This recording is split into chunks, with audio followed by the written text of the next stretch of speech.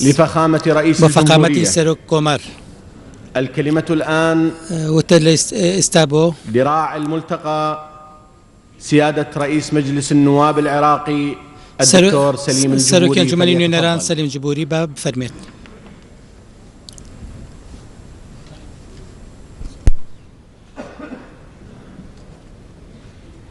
بسم الله الرحمن الرحيم.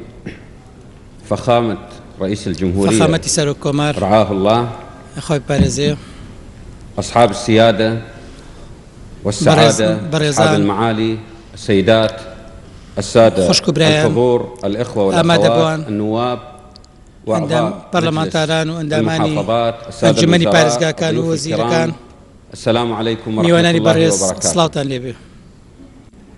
ها هي دار السلام بغداد ئەمڕۆ هەمومان کۆ دەکاتەوە وفي ظلالها الوارد لە ژێرسای خۆیدا بۆ ئەوەی گفتوگۆ بکەین لەبارەی ئەو پارێزگانەی کە ڕوبەڕووی تیرۆر بوونەتەوە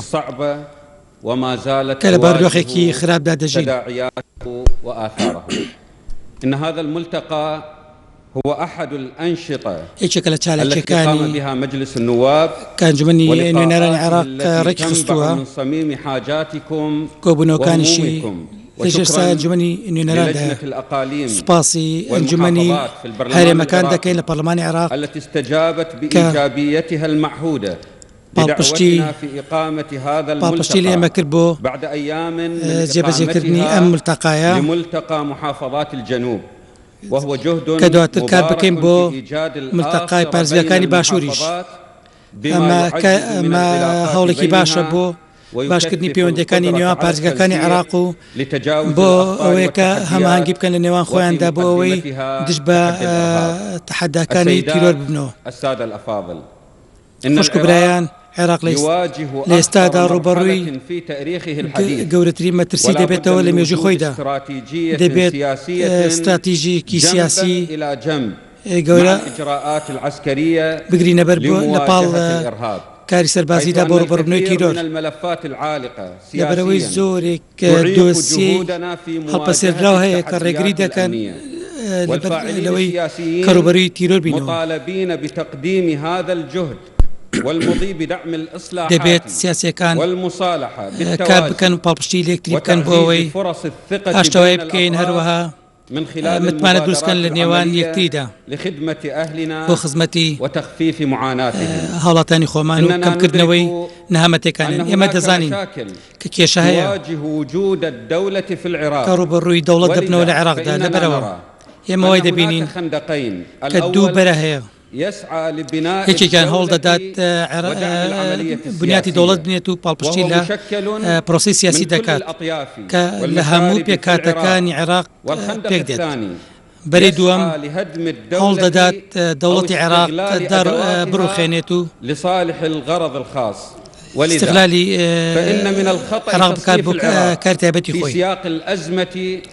على أنه سنة وشيعة نابێت ئێمە کار بۆ بکەین کە عێراقدا بەشکاری تا بکەین لە نێوان عەرەب و کورد و شیعە و سونەدا. ئەمە ئەم تەصنیفە دەبێت کە باس لە پێکاتەکانی عێراق بکەین. ڕاستیەکەی ئەوەیە دەبێت ئێمە وا پێناسی بکەین کە دوو دەوڵەت کە دوو بەرە هەن، بەرەیەکی دژ بە دەوڵەت و بەرێک کە لەگەڵ دەوڵەتان. لەم ڕۆوە ئەو پارێزگانەی کە خاکیان لەلایەن تیرۆریستانی داعش داگیر کراوە ڕوبەڕووی نەهامەتی زۆر بوونەتەوە. منداڵان و ژنانی ئەو پارێزگایانە ڕوبەڕووی کۆچپێکردن بوونەتەوە، هەروەها ڕوبەڕووی باردۆخی قورس و گەرما و سەرما بوونەتەوە. زۆر قورسە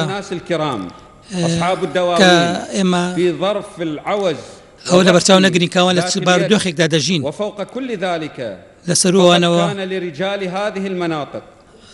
پیاوانی ئەم شەش پارێزگایە ڕۆڵێکی پاڵاوانیان بۆ لە پاڵ سوپا و هێزە ئەمنیەکاندا، هەروە حەشدی شەعبی پێشمەرگە شەڕیان کرد لە پاڵ ئەواندا دژ بە تیرۆر و خوێنیان تێکەڵ بێک بوو.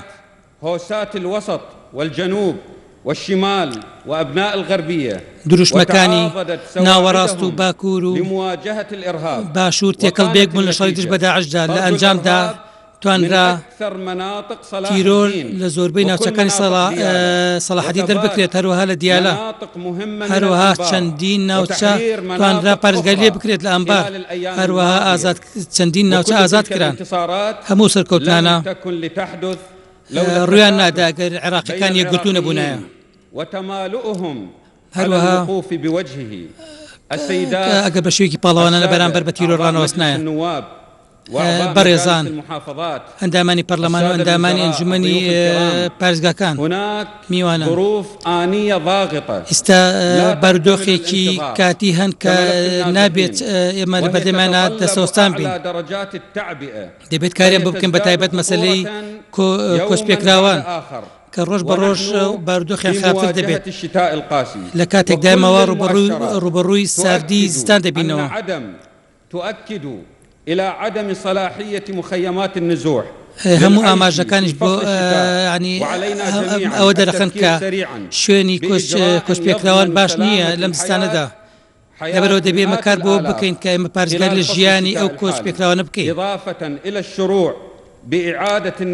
هەروەها دەبێت هەوڵ بدەین زۆرێک لەو کۆچپێکراوانە بگەڕینەوە بۆ ناوچەکانی خۆیان کە ئازاد کراون وفي مقدمتها الإشكالات هەروەها چارەسەری و کێشانە بکەین کە ڕێگرین بۆ ئەوەی ئەو خەڵکە بگەڕنەوە بە ناوچەکانی خۆیان وبعض المشكلات الاجتماعية وكل ذلك من الممكن أن يتمثل بتحويل ملفات المعترض دوسي أو خلقان زياب كينوان بتابت أوانيك كشي قرانوان هي دبي جاب كرين لوانيك كشانية وحتى من تم الاعتراض على عودتهم هروها أوانيك كيشش هي وەکو تاکیان وەکو خێزان بگەڕێنەوە ناوچەکانی خۆیان دەبێت کار بکەین بۆی بزانن ئایا ئەمانە پەیوەندیان بە تیرۆرەوە هەیەیان نا لەبەرەوە داوا دەکەم لیژنەیەکی سیاسی عشایری دروست بکرێت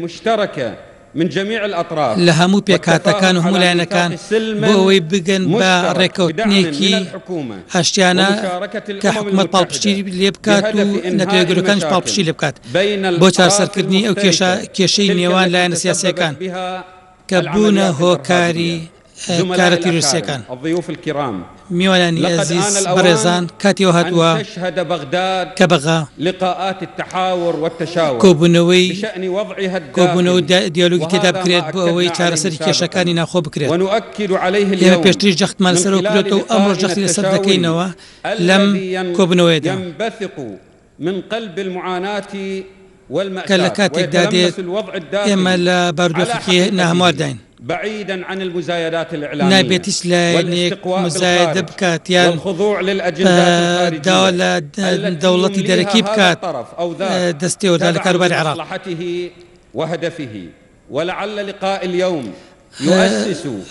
کۆبوونەوەی ئەمڕۆ بنەمایەک دەبێت بۆ ئەوەی بە بەرنامەیەکی باشتر کار بکەین بۆ چاسەرکردنی ماڵی یەکگرتووی عێراق لە نێوان هاوڵاتیان و پێکهاتەکانی عێراق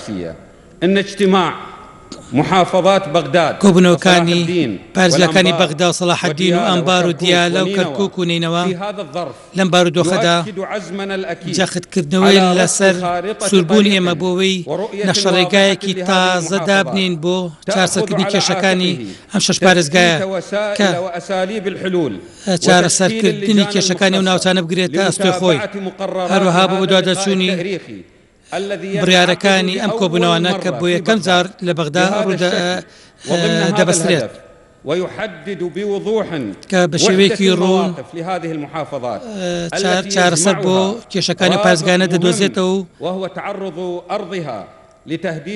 ئەم پارێزگایانەش لێکشتا کۆ دەبنەوە کە تیرۆر بە شێوەیەکی تون ڕوبەڕوویان بۆتەوە لا في حالة التهديد ولا في حالة المواجهة فالموقف البطولي لأبناء هەڵوێستی پاڵەوانانەی وقتالهم الشجاع هاوڵاتیانی باشوور هەروەها في هذه المعركة پێدانی شەهید لە پێناوی كما هو موقف بزگارکردنی ئەم ناوچانە ئەمە هەمان هەڵوێستی پاڵەوانانەی هەرێمی کوردستان بوو کە هەمومان لێک بەرەدا کۆ دەکاتەوە دژ بە مەترسی داعش هەروەها بۆ ئەوەی وعراقنا ڕوئایەکی ضمن إطار احترام الدستور ڕوونمان هەبێ والعملية بەرامبەر السياسية بە دەستور و وجهات کاری سیاسی لە عێراقدا. هەروەها نظر ممثلي هذه المناطق من خلال ورش نقاشية هەروەها ڕێخستنی يتشاركون في چەندین صياغة وەرشاب توجهها لە نێوان وموضوعاتها نوێنەری ئەم شەش وأفكارها پارێزگایەدا بما بۆ ئەوەی يوحد الرأي ڕوئیەکانی ويجمع یەک بخەن، الكلمة ويعزز قوة الدولة هەروەها ببێتە وسلطانها پاڵپشتێکی بەهێز بۆ دەوڵەت و ڕێگری بێت لە بەردەم ئەوانی دژ بە پرۆسی سیاسی عێراقدا کار دەکەن، لترويج أفكارهم الشخصية ئەوانی کە هەوڵ دەدەن بۆ کاری تایبەتی خۆیان و هەوڵی خۆیان. السيدات السادة الحضور، بەڕێزان تحتاج خوشکان، مرحلة ما بعد داعش إلى قۆناغی دوای تخطيط داعش مبكر دەبێت پلانێکی وإعداد پێشوەختەی بۆ محكم بکرێت كي نتلافى بۆ ئەوەی التداعيات التي من خۆمان بە دوور الممكن بگرین لەو أن دەرهەشتانەی تنتج کە عن لەوە نهاية دەچێت ڕوو هذه بدات المرحلة. دوای ئەم قۆناغا فحربنا لەبەرەوەی لا تنتهي شەڕی بنهاية ئێمە داعش، بە لأن ما کۆتایی داعش بعدها کۆتایی نایەت، ليس بأقل تحديا لەبەرەوەی وصعوبة قۆناغی منها دواتر لەواتێ في حال قورستر بێت تأجيله أو ئەگەر لە إهماله. کاتێکدا ولذلك دوا جاء هذا بخرێت اللقاء یان ليقوم هێمان بکرێت. بمهمة التخطيط ئەم کۆبوونەوەی کار بۆ المبكر دەکات ويضع پێشوەختانە أمام پلانێک أعين دابنین بۆ قۆناغی دوای داعش و السيناريوهات المحتملة ئەو سینۆریانە من بخێنە نهاية هذا پێشچاو الكيان وما بۆ قۆناغی دوای سيخلفه من کۆتایی أضرار داعش بالبناء المادي والمعنوي تر لە ڕووی بل ئەو وحتى زیانانی کە النفسي بەجێ على دێڵێت الإنسان. یان ئەو ومن زیانە هنا لە سایکۆلۆجیانی کە بەجێ دێڵە بەسەر وڵاتی عێراقیەوە. لەبەرەوە دەبێت کە هەوڵەکانی خۆمان یەک بخەین، هەروەها بیر بکەینەوە بۆ قۆناغی دوای داعش. لێرەدا بە پێویستی دەزانین ئاماژە بە چەند مەسەلێک بکەین، مەسەلێکی خێرا بکەین کە پێویستە کاری جدیان بۆ بکەین بۆ قۆناغی دوای داعش، کە ئەوانە سیما سەرەتاییەکانی ئەو پرۆسەیەن کە ئێمە ئامادەکاری بۆ دەکەین و لە بەهاوکاری هەمووان. أدعو إلى إعادة تفعيل وثيقة الاتفاق السياسي داوا دەکەین وەسیقەی چالێکی سیاسی چالاک بکرێتەوە، هەروەها دەبێت وادە بە حکوومەت بدرێت بۆ جێبەجێکردنی. دووەم حکوومەت دەبێت کار بۆ بکات و هەروەها لایەنە سیاسیەکان پاڵپشتێکی مرۆڤانە بۆ کۆسپێکراوان بکرێت، هەروەها کار بکرێت بۆەوەی نازیحیم بکەنەوە بۆ شوێنەکانی خۆیان کە ماوەیەکی بۆ دیاری بکرێت و هەروەها دۆسی ئەوانەی کە کێشەیان لەسەر هەیە بۆی بۆ دادگا ڕەوانە بکرێن و چارەسەر بکرێن، هەروەها کێشەی نێوان هۆزەکان چارەسەر بکرێت لە ڕێگای لژنەیەکی هاوبەشەوە. سێم بە پێویستی دەزانین بیر لە بەستنی کۆنگرێکی دەوڵەتی بکرێت لە بەغدا بۆ پاڵپشتی لە عێراق و لەلایەن کۆمەڵگەی نێودەوڵەتی بۆ بنیادنانی ئەو شارانەی کە وێرانکاران تێدا کراوە لە ڕووی خزمەتگوزاری و تەندروستی. و چوارەم پیرۆزبایی لەو سەرکەوتانە دەکەین ئەم ڕۆژانە لە پارێزگای ئەمبار ڕوویانداوە، هەروەها ئەو پێشکەوتنانی سوپای عێراق، هەروەها پاڵپشتی خۆمان بۆ چەکدارانی سەر بە حکوومەت دەکەین. پێنجەم کۆتایی پێێنان بە هەموو کێشەی نێوان لایەنە سیاسیەکانی ئەو شەش پارێزگایە لە چوارچێوەی ڕێکەوتنە سیاسیەکانی کە پێشتر ئەنجام درابوون، دوور لە ئستێدافکردن و لە ناوبرنیەکرد، هەروها پێدانی دەسەڵات بە دەسەڵات ناوخۆیەکان لەو پارێزگایانە و پاڵپشتی لە هەڵاتانی ئەو ناوچانە. شەشەم ئەم کۆبوونەوەیە بە سەرەتایەک دابنرێک بۆ چاکسازیکردن، هەروەها نوێنەرانی ئەم کۆبوونەوانە سەرمە پارێزگایانە بە نوێنەری ڕاستەقینەی خەڵکی ئەو شەش پارێزگای حساب بکرێن. حوتەم جارێکی تر داوا دەکەینەوە کە کۆمەلگەی نێودەوڵەتی پاڵپشتی لە عێراق بکات بۆ لە شەڕی دژ بە داعشدا، هەروەها دژ بە دەستێوەردانی دەرەکی دەوەستینەوە لەلایەن هەر وڵاتێکەوە بێت. لێرەدا جەخت دەکەینەوە کە پێشوازی لە هەموو هەوڵان دەکەین کە بەعزێ وڵاتی دراوسێ کردویانە، بەڵام لە چوارچێوەی هەماهەنگی لەگەڵ حکوومەتی عێراقدا لە ڕێگەی کاری دیبلۆماسیەوە.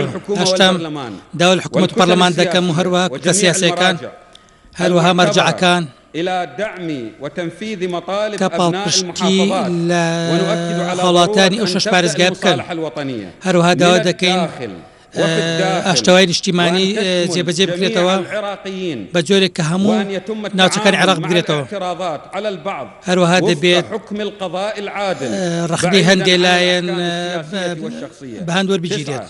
أدعو نوێم القضاء ومؤسساته داوا لە دادگا إلى العمل الجاد لحسم دەکەین قضايا المحتجزين کە بالسجون من الذين کێشەی ئەو لم زیندانانە يتوجه لهم چارسەر بکرێت کە تا ئێستا تۆمەتیان ڕوبەڕوو نەکراوەتەوە یان دادگایەکانیان دواخراوە بەپێی دەستور کارکان سەرسەر بکرێت. میوانانی بەڕێز زۆر سپاسان دەکەم بۆ ئامادەبوونتان.